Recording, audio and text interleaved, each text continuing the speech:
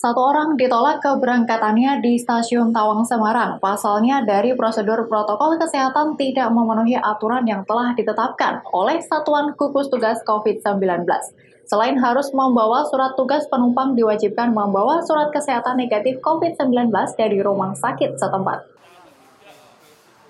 Hari kedua perjalanan kereta api luar biasa di Stasiun Tawang Semarang, Rabu siang menolak keberangkatan satu orang yang hendak menuju ke Jakarta. Pasalnya, penumpang tersebut tidak menyertakan bukti surat tugas serta surat kesehatan dari rumah sakit atau puskesmas setempat yang menandakan negatif COVID-19.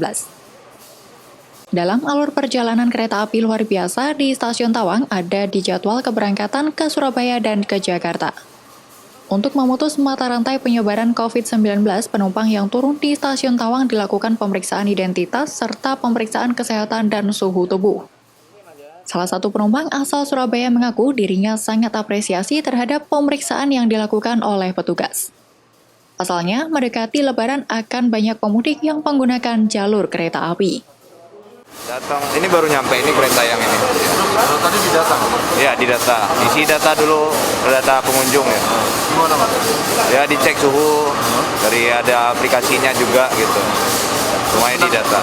Ya. Penerapannya ini gimana menurut? Ya bagus, maksudnya untuk pencegahan COVID-19 ini ya harus benar-benar ya. Apalagi mau mudik Lebaran kayak gini kan pasti banyak yang ingin pulang kampung gitu kan. Penolakan penumpang dalam kaitan pembelian tiket tentu saja tidak memenuhi persyaratan yang ditentukan karena sudah ada satuan tugas yang memverifikasi. Tentang persyaratan tersebut kami sendiri tidak bisa mengintervensi karena penumpang memang bila tidak memenuhi administrasi yang telah ditentukan tidak dapat mendapatkan legalitas verifikasi dan tentunya tidak bisa beli tiket kereta api.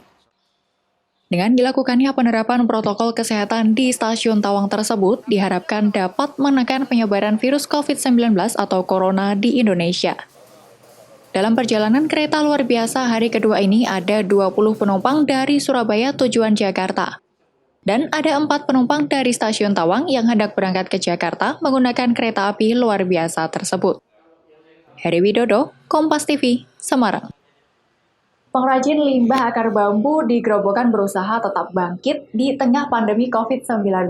Meski penjualannya nyaris sepi dibanding sebelum pandemi, namun pengrajin asal desa Kronggen, berarti Grobogan ini, tetap memahat bambu berharap suatu saat pandemi COVID-19 berakhir. Perajin juga memiliki stok banyak untuk dijual hingga ke luar pulau. Bagaimana kisahnya? Berikut liputannya. Sejak munculnya wabah pandemi COVID-19, hampir semua pelaku usaha nyaris ambruk dan bangkrut. Kebijakan dan peraturan pemerintah terkait penanganan pandemi COVID-19 berdampak pada sektor usaha. Tak terkecuali usaha kecil seperti perajin limbah akar bambu ini. Japar, warga desa Kronggen, Prati Grobogan ini, hampir setiap hari waktunya ia habiskan untuk memahat akar bambu. Beraneka bentuk dan karakter pahatan ia sesuaikan dengan bentuk akar dan tangkai bambunya. Namun rata-rata model dan bentuk pahatan bambu Japar mirip bentuk wajah seperti wajah orang maupun wajah binatang. Semua ia pahat disesuaikan bentuk tangkai akar bambunya. Meski di tengah pandemi COVID-19 ini, Japar tetap memahat bambu. Beruntung akar tangkai bambu mudah ia dapat karena di desanya akar bambu masih banyak dan mudah didapat. Sehingga ia tetap dapat beraktivitas bekerja di rumah seperti himbauan pemerintah sejak adanya wabah pandemi COVID-19. Namun sejak pandemi COVID-19 melanda, penjualan kerajinan bambunya turun drastis dan nyaris sepi. Pasalnya, sebelum adanya pandemi, dirinya mampu menjual keluar kota di Jawa Tengah hingga keluar Pulau Jawa. Harganya pun variatif antara Rp30.000 hingga Rp200.000. Kini, sejak pandemi COVID-19 melanda, terlebih adanya pembatasan aktivitas warga, penjualan kerajinan bambu Japar nyaris sepi. Sehari terkadang laku 2 hingga 3 buah, terkadang sama sekali tak ada pembeli. Ya, awalnya kita terinspirasi dari bonggol bambu yang tidak dipakai, ya biar bisa ada penghasilan, biar dapur bisa ngebul, kata gitu. Kalau seperti ini gimana Mas? Sangat-sangat terdampak ada corona ini.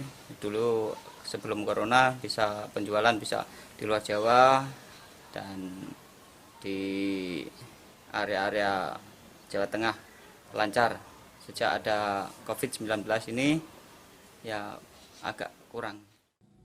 Meski kondisi ekonomi dan penjualan barang non-sembako terpuruk, namun Japar masih tetap memahat.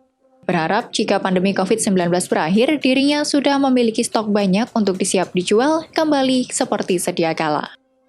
Rifai Handoko, Kompas TV, Grobogan. Ya baik, sampai di sini Kompas Pekalongan hari ini. Anda bisa menyimak video tayangan kami di YouTube Kompas TV Pekalongan. Kami undur diri, tetap saksikan rangkaian program berita di Kompas TV Independen Terpercaya.